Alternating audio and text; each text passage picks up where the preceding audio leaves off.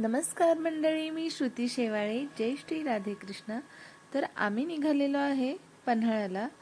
तर मी अशी साडी वेअर केली होती. ही साडी मी वटपौर्णिमेला घातलेली होती. म्हटलं चला आणखीन एकदा घालायची आणि मग धुवून टाकायची. मग आता आम्ही निघालो पंचगंगा घाटावरून. तर घाटावर अशा प्रकारे भरपूर पाणी आलं होतं. हा पंचगंगा घाट आहे आणि बाहेर पूर्णपणे पाणी आलेलं आहे. बऱ्यापैकी रस्त्यावर आलेलं आहे पाणी. साठी भरपूर गर्दी झालेली होती. अशी पंचगंगा नदी तुडुंब भरून वाहत होती. भरपूर पाणी आलेलं. नुकताच पाऊस थांबल्याने लोकांची बघण्यासाठी गर्दी भरपूर होती. तर आता हे आंबेवाडीत आलेलं पाणी आहे. हे आंबेवाडीच्या थोडं पुढं आल्यानंतर असा हा नजारा पाहायला मिळतो. मग आम्ही कुंड्या घेण्यासाठी उतरलो. म्हटलं थोड्या त्या कुंड्या आणि झाडं घ्यायचीत. चला आता पावसाळा आहे तर जरा नवीन झाडं घेऊयात.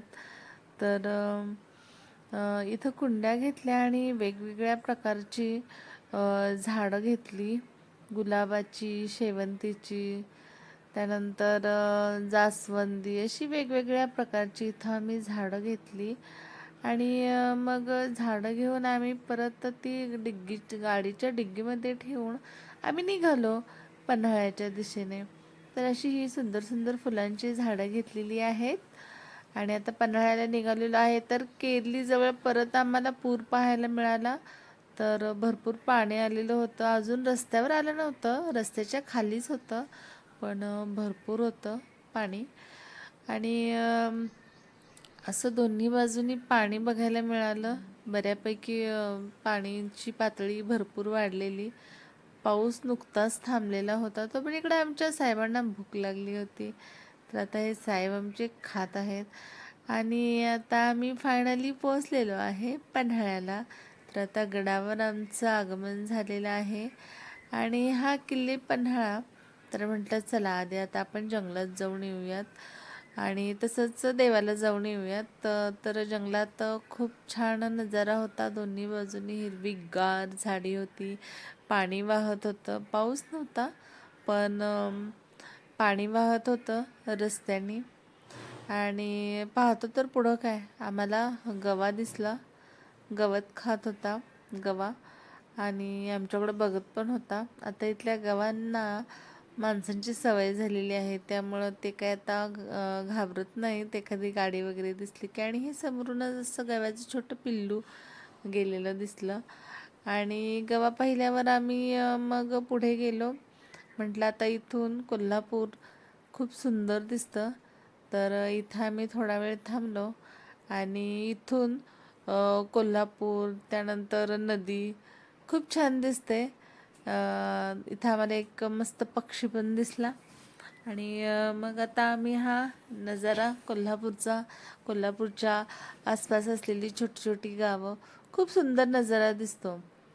खास हा नजारा पाहायचा होता म्हणून आम्ही इथं आलो होतो. तर हा इथून असा छान आपलं कोल्हापूर दिसतं आणि कोल्हापूरमध्ये पाणी कुठं कुठं आलेलं, नदी पण दिसते, नदीचं पात्र. त्यानंतर बऱ्याच ठिकाणी पाणी वाढलं होतं, शेतात वगैरे पाणी गेलेलं. तर असं इथून हे दिसत होतं. आणि ही कोल्हापूरच्या आजूबाजूला असलेली छोटी छोटी गावं आहेत.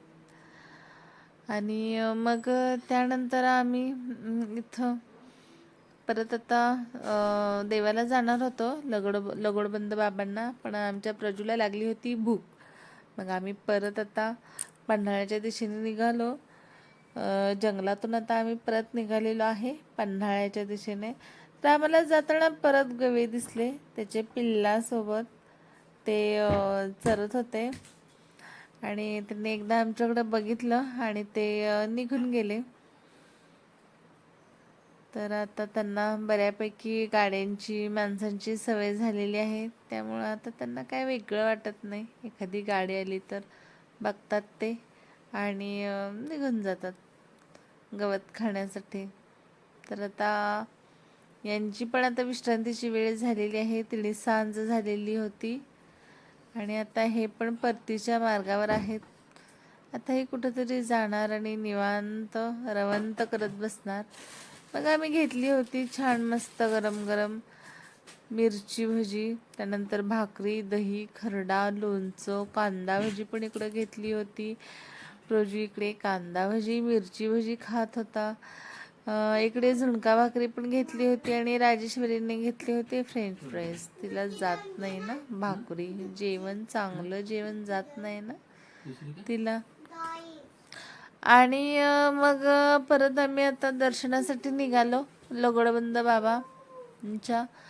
तर आता जेवण आमचं झालेलं होतं आणि आता आम्ही निघालो पावनगडला.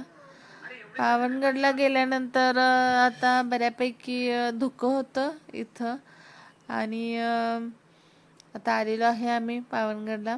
आणि इथं आम्ही दर्शन घेतलं लगोडबंद बाबांचं. आणि दर्शन घेतल्यानंतर आम्ही परत परतीच्या रस्त्याला निघालो. जाताना जंगलामध्ये भरपूर धुकं होतं, भरपूर धुकं होतं. मस्त वाटलं जंगलातून जाताना. भरपूर धुकं, थंडगार वारा, पाऊस नव्हता पण धुकं आलेलं बऱ्यापैकी. तर झालेलं होतं. तर बाबांचं दर्शन घेतलं होतं.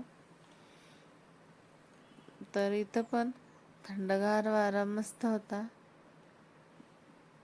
आमचे हे इथं खाली गेले होते दर्शनासाठी आणि थंडगार वाऱ्यात थोडा वेळ इथं बसायचं म्हटलं तर आमच्या प्रजूला दिसला एक वेगळ्या प्रकारचा किडा. तर हा आम्हाला बघून शांतच बसला. आणि आता आमचा परतीचा रस्ता निघालेलो आहे. आता आम्ही घरी. हा जंगलातून रस्ता आहे आणि धुकं भरपूर आहे. पाऊस नाही आहे पण आहे बऱ्यापैकी धुकं. आणि आता आम्ही निघालेलो आहे परत घरी कोल्हापूरला. Bye bye. जय श्री राधे कृष्ण. राधे राधे. हरे कृष्ण.